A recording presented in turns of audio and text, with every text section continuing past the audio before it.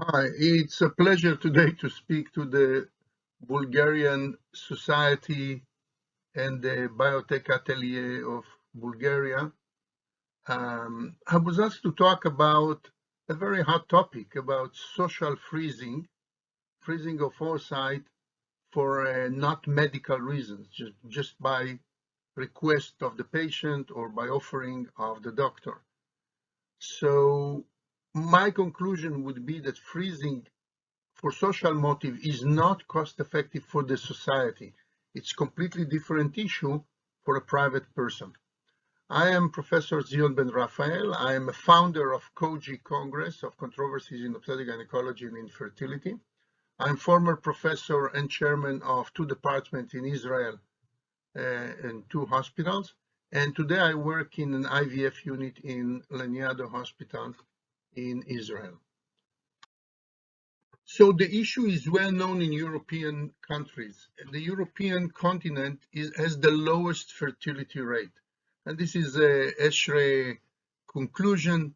Negative population growth is a continuous problem facing the Western world. Crude birth is the lowest in Italy, but in other countries as well. Women are usually aware of the risk of delaying childbearing, and this is one of the main problems. But the false sense of security that IVF can always help meets all population and publication.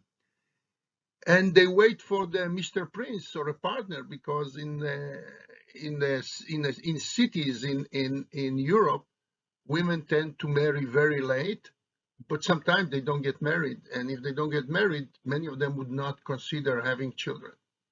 But IVF per se has limited ability to overcome the age-related decrease in fertility. So negative population growth is a continuous problem facing the Western world. Delayed marriage and birth, 2 years every decade, are social facts. Women get married late. But human reproduction physiology has not changed. So infertility is on the rise all the time. There is another problem, not only physiological. The financial crisis of the Y generation produces a dramatic shrinkage of Western population. Women would like first to graduate from university and then find a job, and only then they will decide to have children. So as doctor, we cannot solve the financial problem of youngsters. This is a problem of the government who have to reform and to ease the life of the next generation. We cannot influence the change of the society behavior of delaying marriage and delaying baby. This also comes because of prolongation of life. But we think that we have a partial solution that we sell to the patient to help ease the population shrinkage, and that's its social freezing. So what social freezing can offer? In the last decade, an increasing efficacy of vitrification method has fueled the imagination of patient and doctor to think that it is a solution for all young women who delay their marriage and family planning. They delay to the 4th or 5th decade of life, so we can freeze the eggs and transfer them after 5-10 years. But we know that family planning should ideally be completed before a woman reaches 35, at which point fertility tends to drop at faster rate. Fertility drops annually between 25 and 35 from 1 to even 4% every year. Between 35 and 39, 15% every year. And after 40, it's much faster, 35%.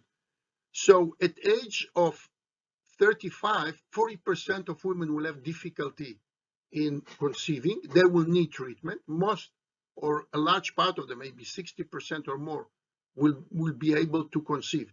And if you get it after 40, 60% will be infertile, and some of them will conceive by treatment. But if they add egg freezing, it will be easier. But the older you freeze, the less eggs you have. So there is an aggressive marketing of vitrification for young women.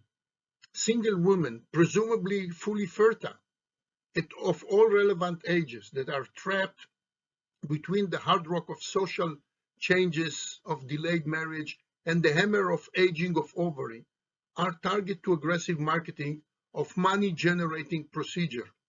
Social freezing brings a new business and money, flow of money from fertile women or women of unproven fertility at least, to increasingly privatized sector of IVF.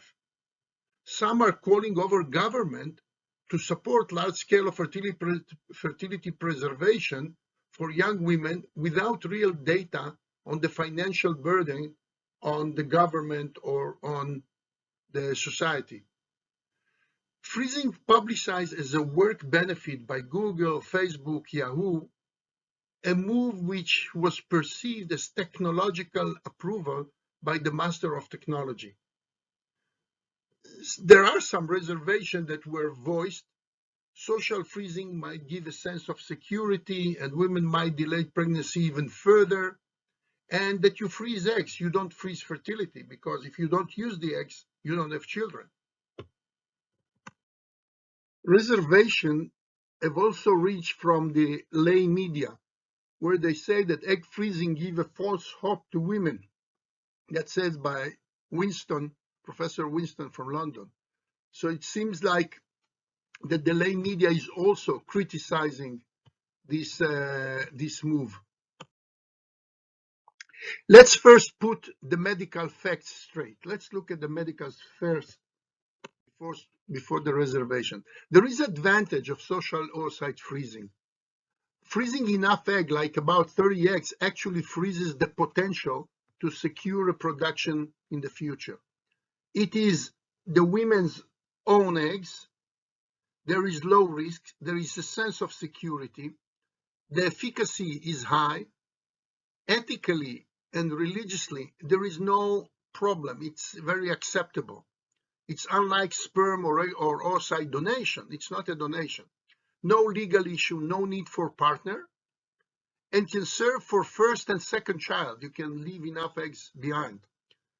And there is enough study that show that vitrification is very efficacious, although some are saying that it is efficacious in the hands of programs that have a lot of experience and not in each and every case.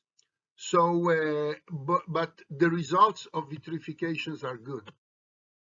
So vitrification is very efficacious. What are the current expectation with vitrification?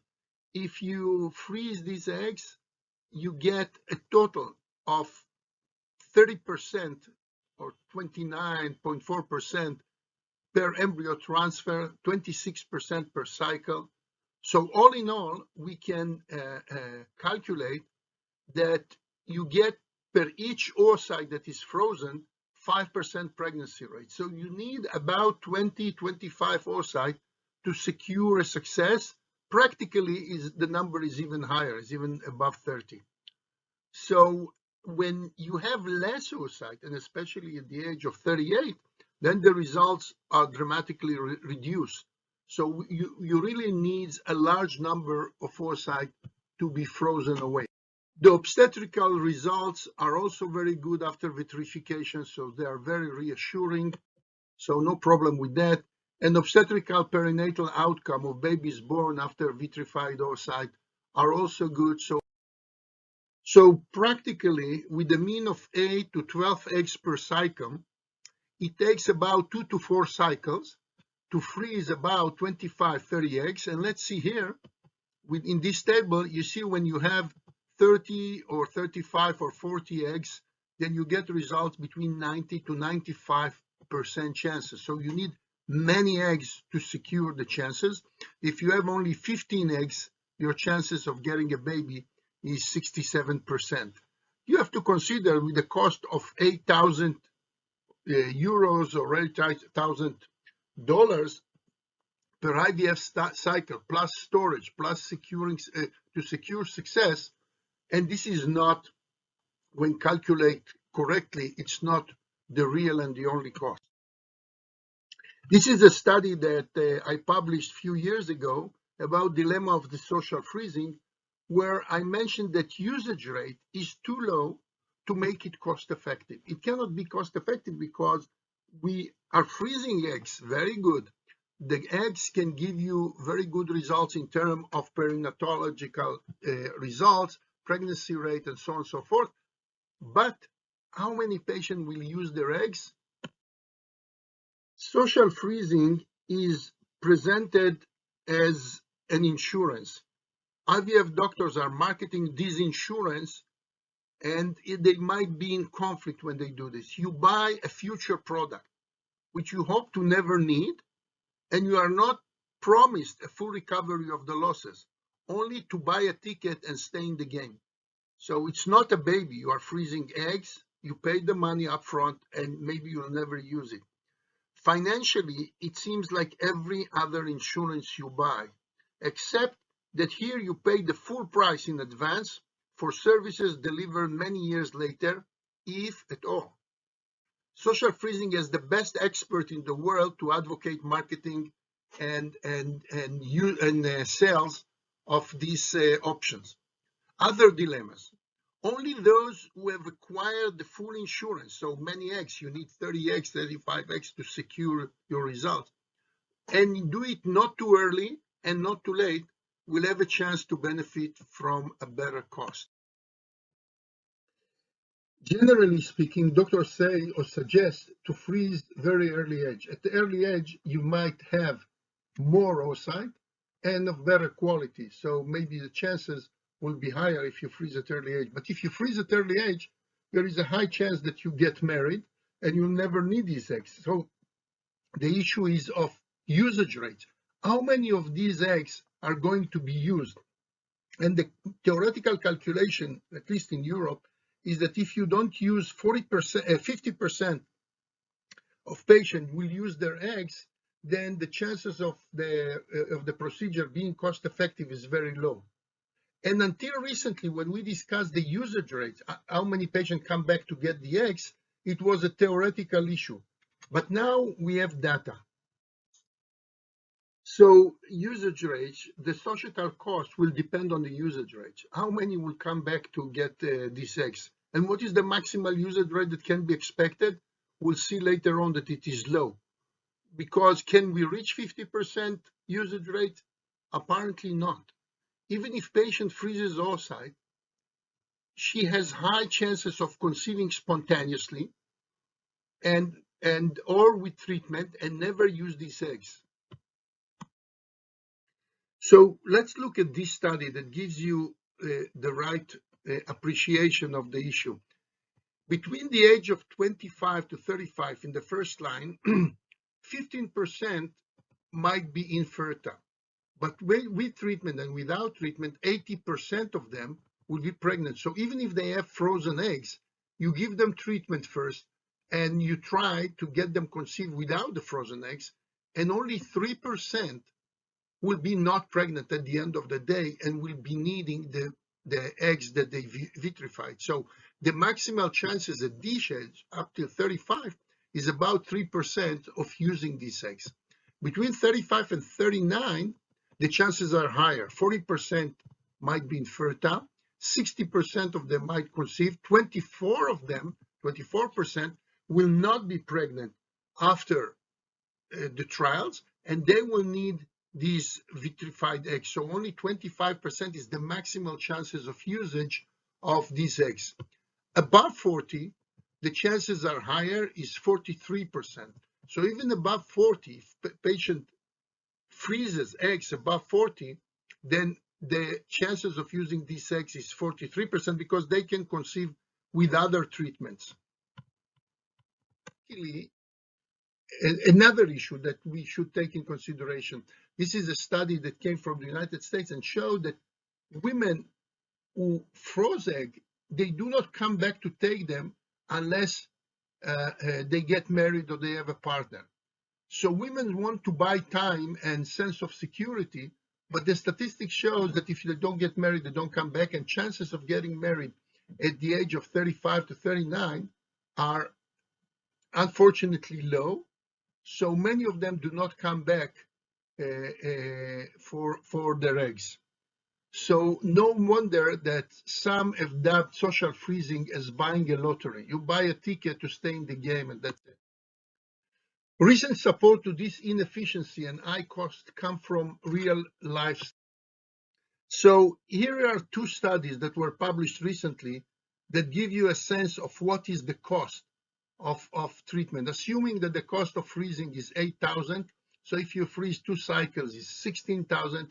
And usually we know that women needs 2 to 3 and even 4 cycles to get 30 eggs. So if we take this study from by Kobo, you see that out of 1,468 patients, only 9% came back for the eggs. Of these, the success rate was fantastic. 1/3 of them got pregnant. So 40 out of 137 got pregnant. So if you put the tag price of 8,000 on all these group and divided by the number of babies that were born, you see that with single cycle, the cost of a single baby was $300,000. If it's 2 cycles, it's $600,000. If it's 3 cycles, it's even more. The same goes for another study that was published from Australia. So out of almost 200 patients, 6 came back to pick the eggs. And 1/3, half of them got pregnant. So 1.5% of the whole group had a baby. So the cost was per single cycle was $500,000 per baby, and if it's 2 cycles, it was $1 million per baby, and if it's more than 2 cycles, it's even more. So in summary, social oocyte freezing allows to have own genetic offspring even after menopause. Since it is new money generated with few real indication, caution is required.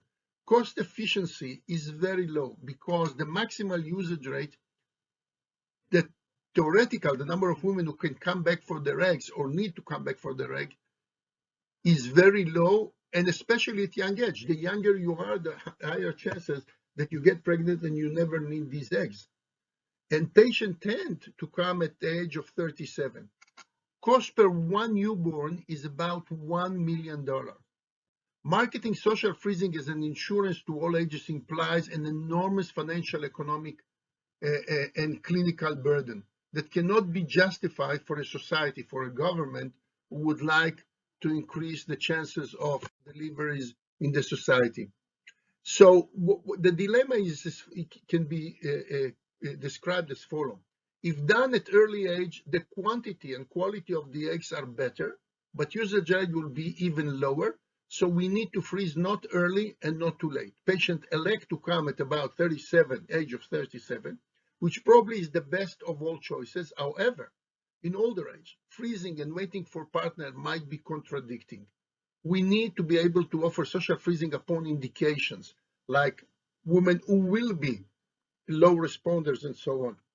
But we do not have enough information and capability to foresee who is going to be a low responder.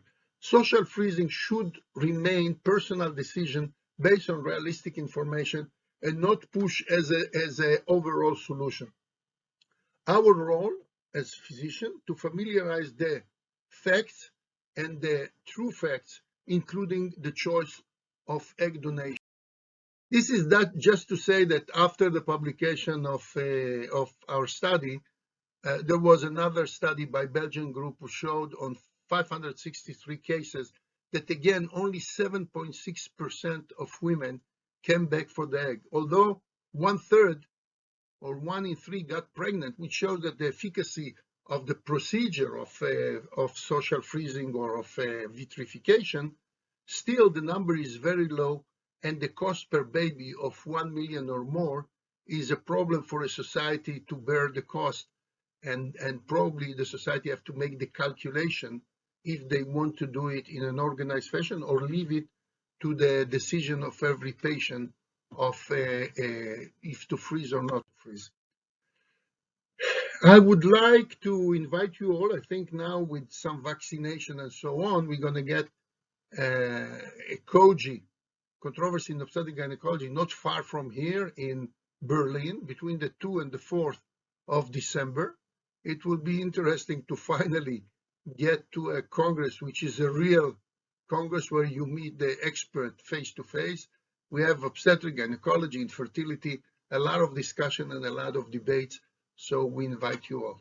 Thank you very much.